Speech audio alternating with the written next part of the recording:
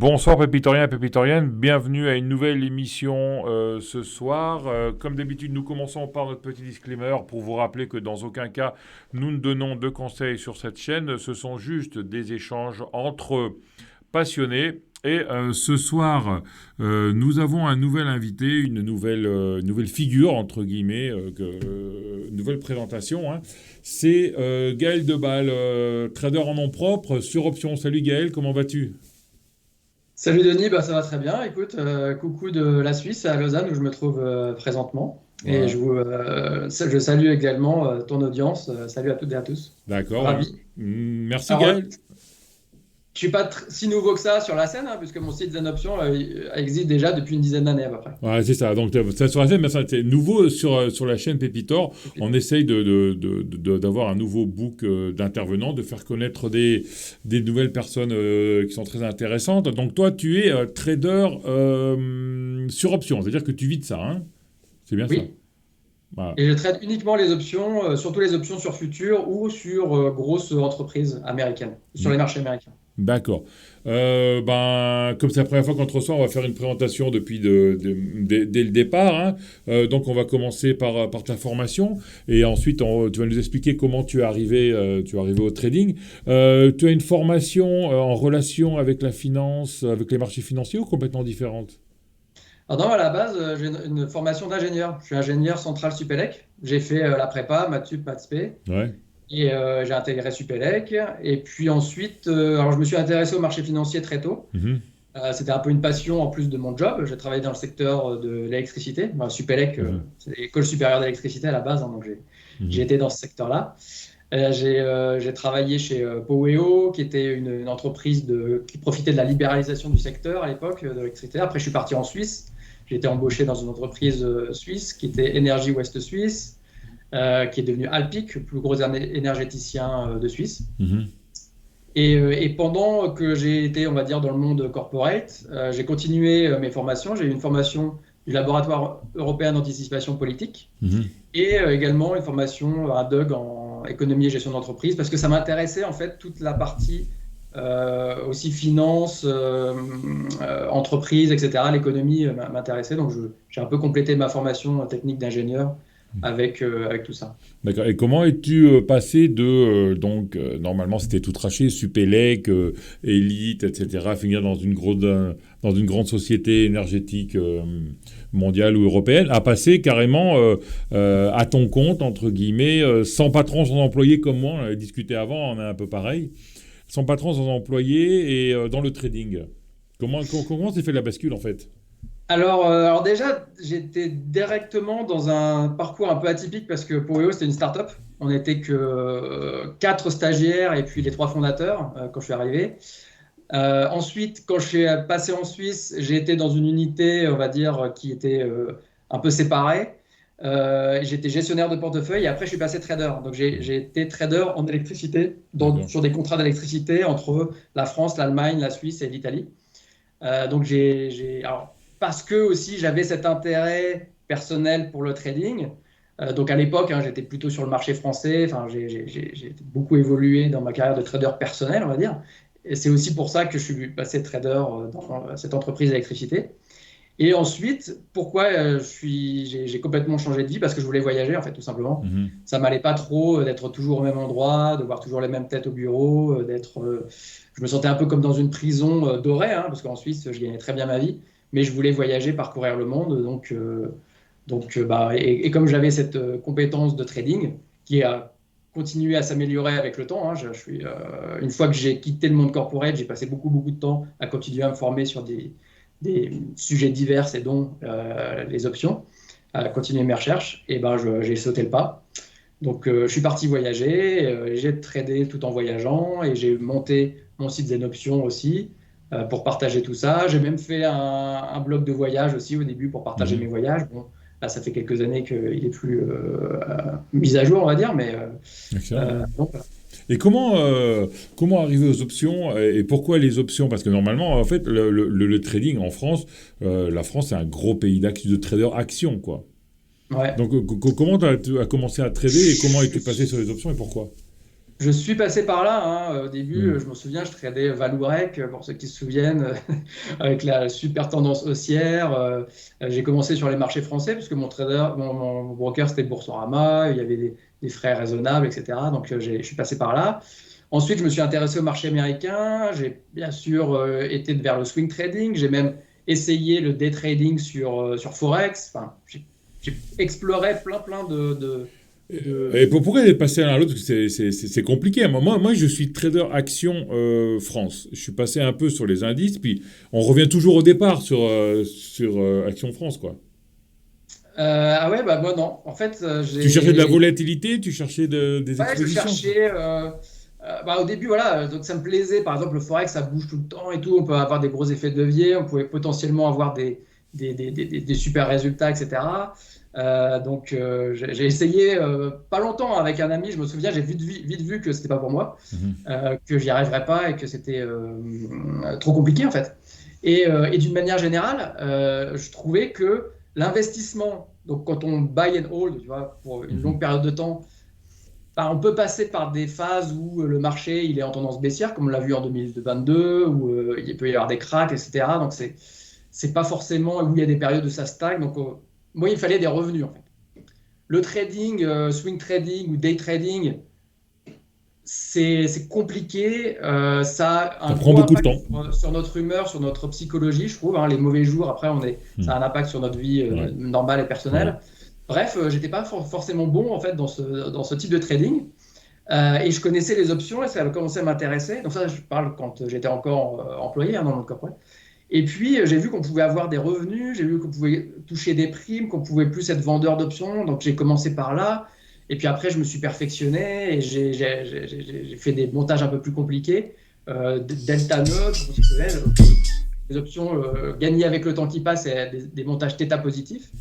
Et j'ai trouvé mon style, en fait. Voilà, je conseille d'ailleurs à toutes les personnes qui euh, s'intéressent au marché financier et au trading d'essayer pas mal de voies et de trouver leur style.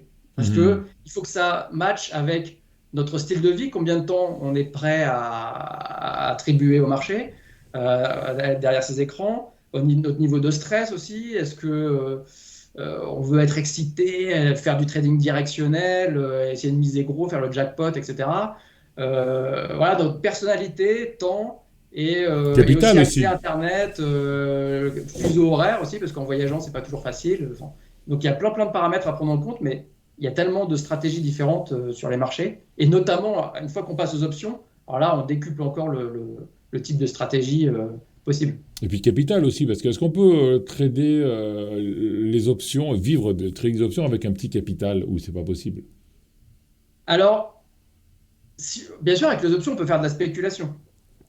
Donc, par exemple, j'ai une stratégie au moment des publications de résultats pour jouer avec la volatilité et quelle que soit la direction que prend le sous-jacent, à ce moment-là, on gagne. Donc ça, c'est possible avec un petit compte et ben bon, au moment de la publication de résultats. Après, si on veut faire du trading, on va dire, de revenus, régulier avec le temps qui passe, là, il faut plutôt avoir un gros compte parce qu'on va atteindre du 20-25% par an. Donc, bon, tout dépend de Enfin, son 25%, besoin, s'il tu faut vois, 60 mais 000, 60 000 euros pour vivre, entre guillemets, avant impôt, hein. Je prends en France, hein, je prends pas en Suisse, hein. 60 000, ouais, 60 ouais, 000 euh, 20%, 60 000 fois 5, ça fait 300 000 euros, quoi, ouais, alors, le tu vois, au capital. début, moi, je suis pas parti avec ça parce que j'utilisais le fait de vivre dans des pays où la vie était moins chère. Mhm. J'ai vécu en Amérique du Sud, en Asie, aux Philippines, en Indonésie, etc. Donc, même en faisant de la plongée régulièrement, voilà, je dépensais 1500, 2000 euros par mois, voire max, quoi. D'accord. Donc c'était déjà possible de vivre de Ah donc, son. t'as vécu dans tous ces pays, c'était pas seulement des voyages. Après, moi, j'avais compris voyage comme bah, je pars un mois au Sénégal, etc. Non, toi, tu partais, tu vivais là-bas alors. Alors le problème des voyages, c'est que c'est synonyme un peu de vacances. Et quand on fait du voyage, alors on peut faire du voyage long terme, un peu tour du monde, mais on peut burn out du voyage en fait. On peut faire un burn out du voyage parce que quand on fait du voyage, on veut faire des trucs touristiques, on veut optimiser son temps parce qu'on paye un hôtel ou un truc, donc il faut visiter, faire plein de trucs, faire plein d'activités, etc. Alors qu'en s'installant un petit peu, on peut plus avoir une vie quotidienne, bosser un petit Mhm. peu, tu vois, se faire des contacts aussi, des relations, se faire un peu développer des relations humaines. Donc c'est moins fatigant. Ouais. Le voyage, j'ai fait aussi beaucoup. J'ai fait beaucoup de road trip, j'ai fait beaucoup de moto trip, Mhm. mais D'accord. c'est un lifestyle qui est excitant, sympa, mais au bout d'un moment, on s'en lasse aussi, hein. D'accord. Tu as vécu dans combien de pays et combien de temps, en fait, dans chaque pays? Alors, j'ai fait des mini-expatriations en Colombie, à peu près 3 mois, à Cali, Santiago de Cali. J'ai vécu aux Philippines longtemps, bon, bien sûr, hein, Mhm. entrecoupé par des voyages, mais on va dire en tout, en cumulé, j'ai dû passer 1 an et demi, 2 ans aux Philippines. J'ai un appart là-bas d'ailleurs. Ouais. Aussi en Thaïlande. Post-Covid, je suis resté 2 ans. Euh, Ah ouais, quand même, ouais. Ouais. ah, Et tout ça en très ta stratégie d'option actuellement, tu dédies combien de temps à la bourse par jour, par mois ou par semaine? Alors, quand j'ai commencé, j'avais une stratégie de rendement très simple et je consacrais à peu près 2 heures par semaine. D'accord. C'est rien, quoi. Donc ça, c'était une stratégie qui est sur mon site, hein, d'ailleurs, qui m'a permis de décoller, d'avoir des revenus en voyageant. Et après, maintenant, je fais des montages un peu plus compliqués. Alors, au moment des earnings, des publications de résultats, là, c'est un peu plus actif et je suis tous les jours. Donc, je regarde 1 heure par jour. Et puis, pour les montages de revenus donc plus long terme, des montages qui sont avec des dates d'échéance très longues, en fait, je check tous les jours parce que c'est un peu ma passion et parce que je veux savoir où en sont les marchés, etc. Mais concrètement, j'aurais besoin d'être 4 ou 5 heures par semaine D'accord. Ouais, ça fait dessus. une grosse demi-journée par semaine, alors. Ouais, ouais, parce qu'il y a des ajustements à faire de temps en temps. Donc, si jamais je peux être sur mon portable et je vois que le marché n'a pas beaucoup bougé, bah, je sais que j'ai même pas besoin d'ouvrir mon ordinateur, en fait. D'accord, ok. Et tes options sur indice, options sur action, options sur futur, tu disais Ouais, option sur futur, SPX D'accord. essentiellement. Uh-huh. Donc SPX, c'est le futur qui reproduit les performances du SP500. Il y a aussi RUT, qui est le futur qui reproduit les performances du Russell 2000, donc Mhm. l'indice des small cap. Et puis au moment des publications de résultats, je fais beaucoup sur Apple, Google, Microsoft, Amazon, etc. D'accord. Parce qu'il faut que le marché des options soit liquide. Donc il faut que ce soit des grosses entreprises, et beaucoup d'activités, et également des échéances hebdomadaires de disponibles. D'accord. Et les options, on peut les avoir sur quel broker? Est-ce que tous les brokers font des options? Faut des... je vais vraiment te poser des questions B à bas sur les options parce qu'en fait, je connais pas du tout. Donc, les options, il faut un broker spécial ou c'est des CFD? C'est quoi? C'est du cash? Non, non, c'est des contrats financiers qui sont régulés. Alors, parce que les CFD, quand on achète des CFD, notre contrepartie, c'est le broker. Ouais. Le broker et market maker. Faire attention à Et ça. qui se Donc, couvre ou qui on se passe pas couvre par. pas, c'est son problème. Ouais, ouais. Voilà. Mm. Et si tu veux, les CFD, c'est l'équivalent des. C'est pour les indices que les varants sont l'équivalent pour les options. Ouais. Donc, tu as tous les indices et les ETF, c'est régulé. Ça passe par une plateforme voilà, centralisée. Et tu as les CFD qui sont des contrats de gré à gré où ta contrepartie, c'est le broker. Les options, ce sont des produits financiers régulés, pareil, à la Mhm. bourse de Chicago, de New York, etc. Donc, notre contrepartie, c'est la caisse de compensation, le clearing. Et les varants, c'était des outils basés un peu similaires aux options qui ont été inventés par des brokers, mais où là, il y avait moins de liquidité et notre contrepartie, c'était le broker. D'accord. Donc les varants, je déconseille, Ouais. et je déconseille des CFD aussi, mais tout ce qui est régulé, voilà, il n'y a pas Mm. de problème, parce qu'on peut faire les mêmes choses au final, hein, pourquoi s'embêter. On prend moins de risques, de spread notamment, tu vois, au niveau des événements, quand tu as sur les CFD ou les varants, bah, le spread Mhm. s'élargit, parce que le market maker, il fait ce qu'il veut, et puis on ne peut pas forcément revendre ou racheter Mhm. comme on veut, pareil. Le Varan, c'est peut-être encore C'est tout pire que le un débat, CFD. hein. J'ai écrit un article là-dessus sur mon site d'ailleurs. si pour ceux que ça intéresse. Donc, oui, par contre, tous les brokers ne proposent pas les options. Donc, les brokers principaux de Giro, je pense qu'ils proposent des options. Après, il y en a qui vont peut-être proposer des options sur les marchés européens, mais pas américains. Mais moi, je fonctionne avec la plateforme TWS d'Interactive Brokers et de Lynx. D'accord. Donc ça donne accès à tous les produits dans tous les pays. Et on peut aussi ouvrir un compte, qu'on soit résident en Thaïlande, à Dubaï, en Amérique du Sud, en Argentine, au Canada, en Suisse, en Lettonie. Donc super pratique, des prix compétitifs. Pour ceux qui ont la chance d'être aux États-Unis, il y a aussi Schwab, Tasty Trade et TD America qui sont des brokers options et qui sont encore moins chers, mais il faut être résident américain.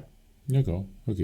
Les options, tu as une part, tu parlais des warrants, je suppose que tu as une part de temps aussi.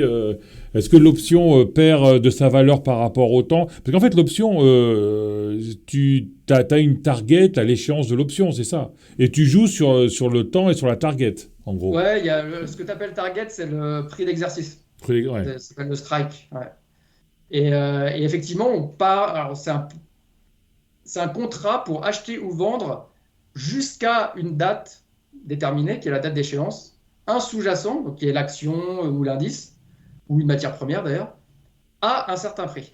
Donc il y a plusieurs paramètres comme ça. Et bien sûr, pour celui qui achète l'option, il achète une optionnalité, donc forcément, ça a un prix qui est au-delà de, on va dire, la valeur intrinsèque de l'option, c'est-à-dire la différence entre le prix d'exercice et puis le prix du marché. Et c'est ce qu'on appelle le premium, donc il va payer un premium. Et dans cette prime d'option, ou premium, il va y avoir une valeur temps.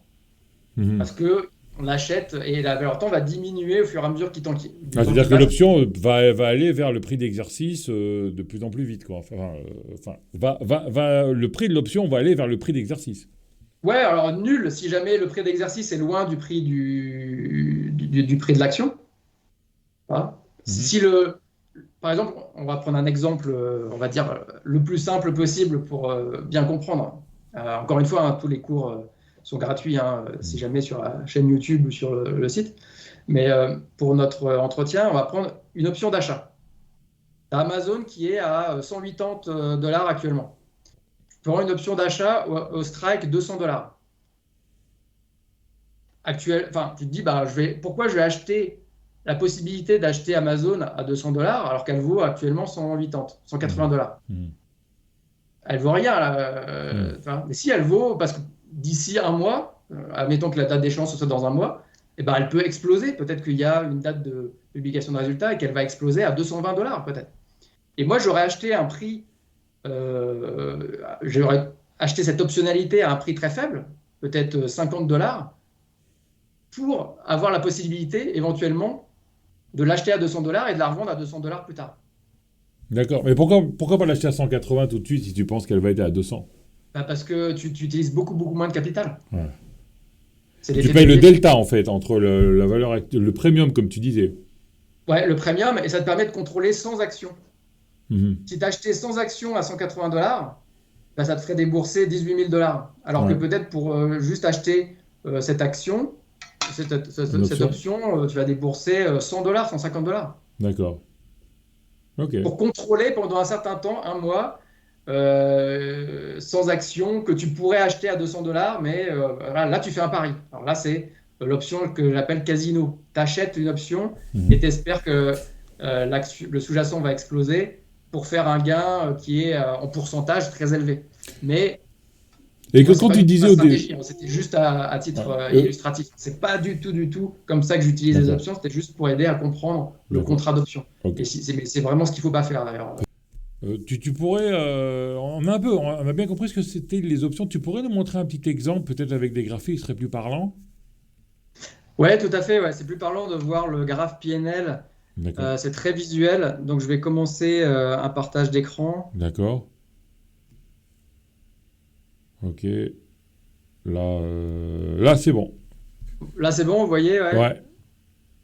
Donc là voilà. Alors en abscisse, on a l'évolution du SP500 avec la zone bleue foncée là, c'est un écart type. Et en ordonnée, on a le PNL. Donc au-dessus de la ligne noire, c'est positif et en dessous, c'est négatif. D'accord.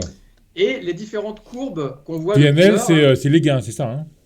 c'est les gains à différents moments dans le futur. En utilisant les formules de Black and Scholes, on peut simuler, si tu veux, donc la rouge, c'est à T plus 31, donc c'est-à-dire dans 31 jours, dans à peu près un mois.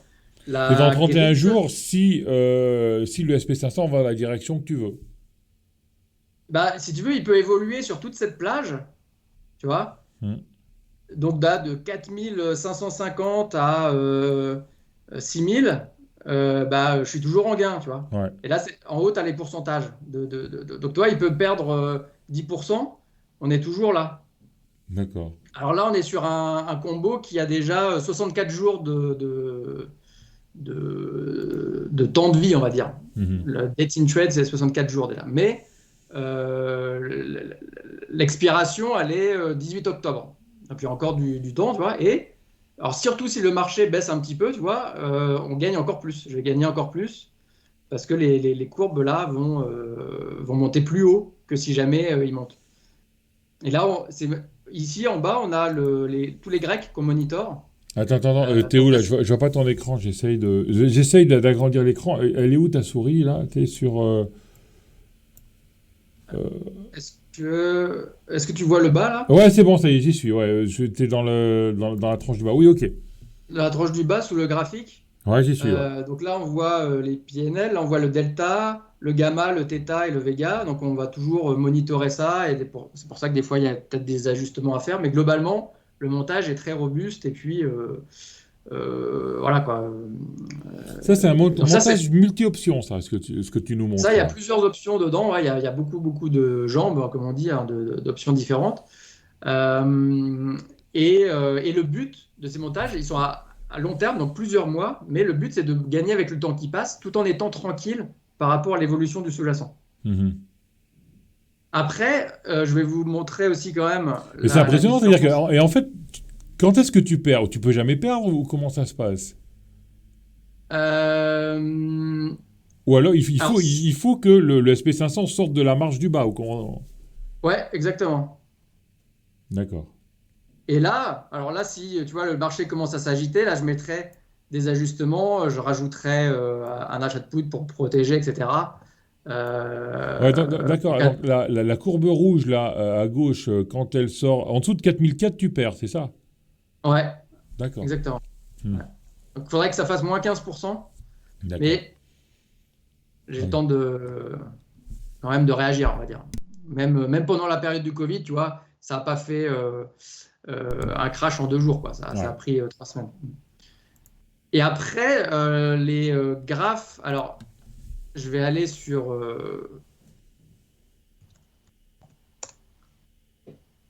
un autre sous-jacent.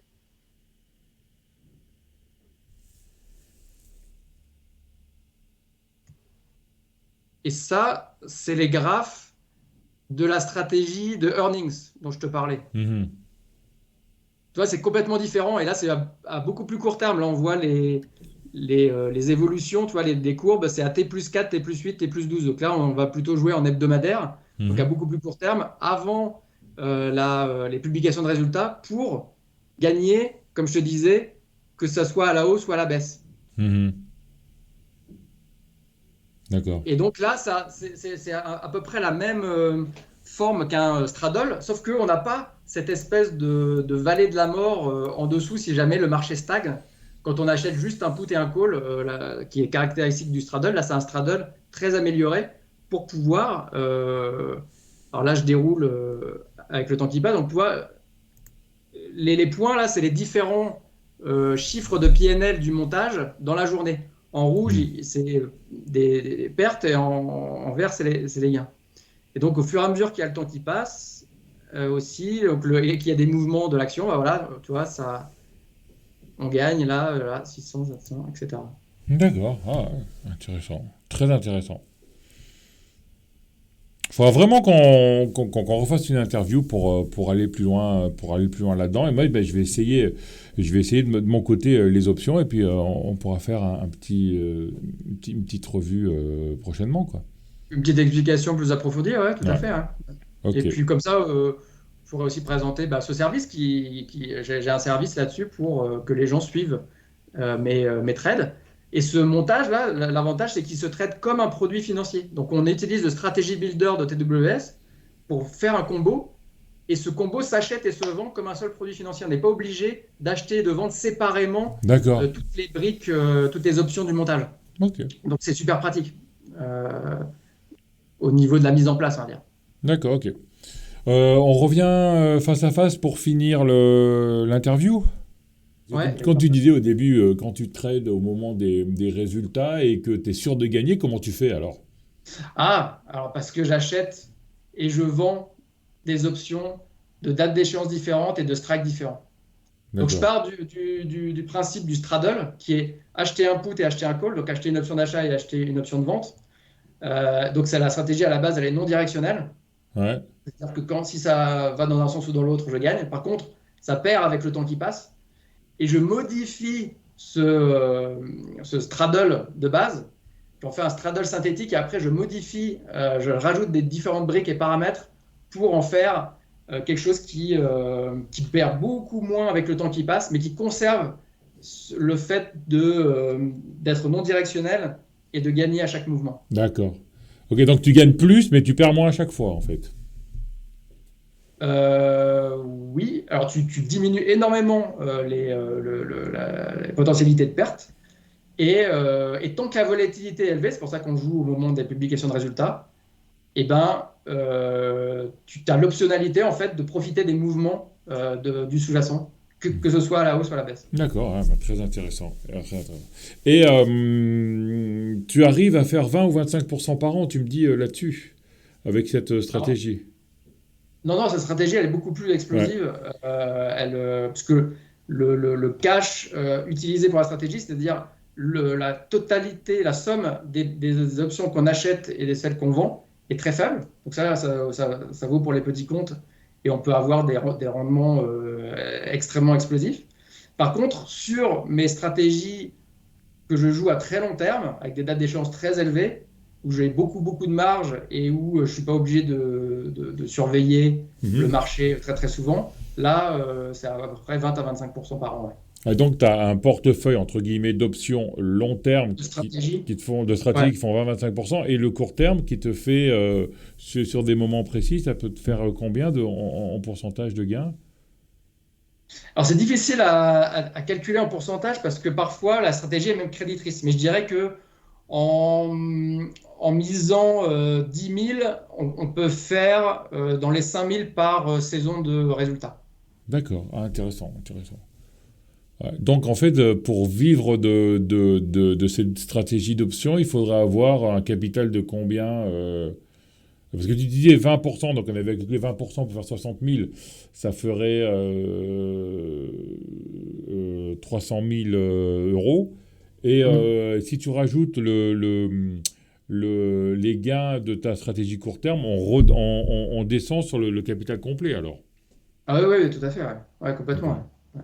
Et après, je rajoute, comme tu as pu peut-être le comprendre en filigrane, j'ai plusieurs stratégies à mon arc et je diversifie en fait.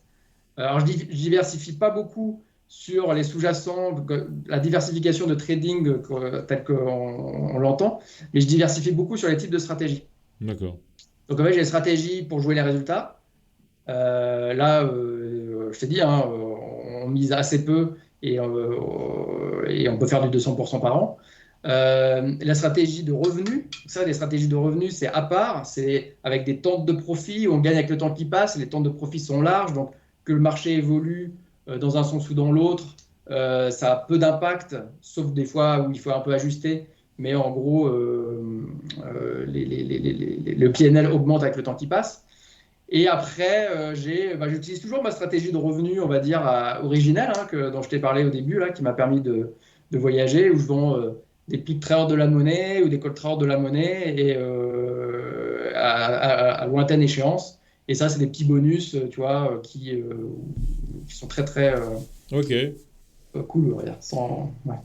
Très intéressant, Gaël, très intéressant. Peut-être que ça a un intérêt de revenir là-dedans. C'est ce que je disais la dernière fois que je discutais, faisais une interview, c'est que sur Pépitor, on a fait pas mal d'interviews, d'actions pour essayer d'augmenter son portefeuille. Maintenant qu'on a un portefeuille plus important, c'est peut-être intéressant de trouver, d'avoir une stratégie d'investissement, que ce soit en ETF, en options ou en obligations, quoi. Donc peut-être avoir des revenus un peu plus passifs sans être toute la journée devant l'écran parce que les actions en ce moment ça bouge pas trop, quoi. C'est très intéressant en tout cas.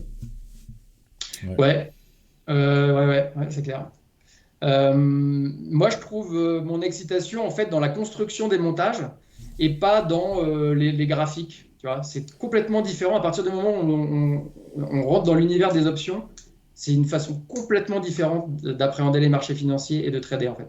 D'accord.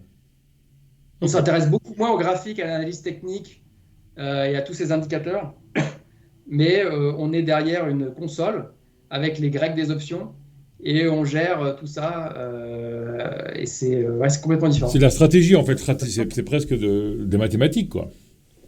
Bah ouais, mon background d'ingénieur, on va dire, a servi beaucoup hein, pour comprendre des concepts, intégrer les équations et puis utiliser aussi des grecs qui sont un peu cachés parce que on parle beaucoup du delta, du gamma, du vega et du theta, qui sont les grecs principaux qui sont suivis par tous les traders d'options. Et moi, je vais chercher les grecs de second ordre, le charm, le speed, le color, etc.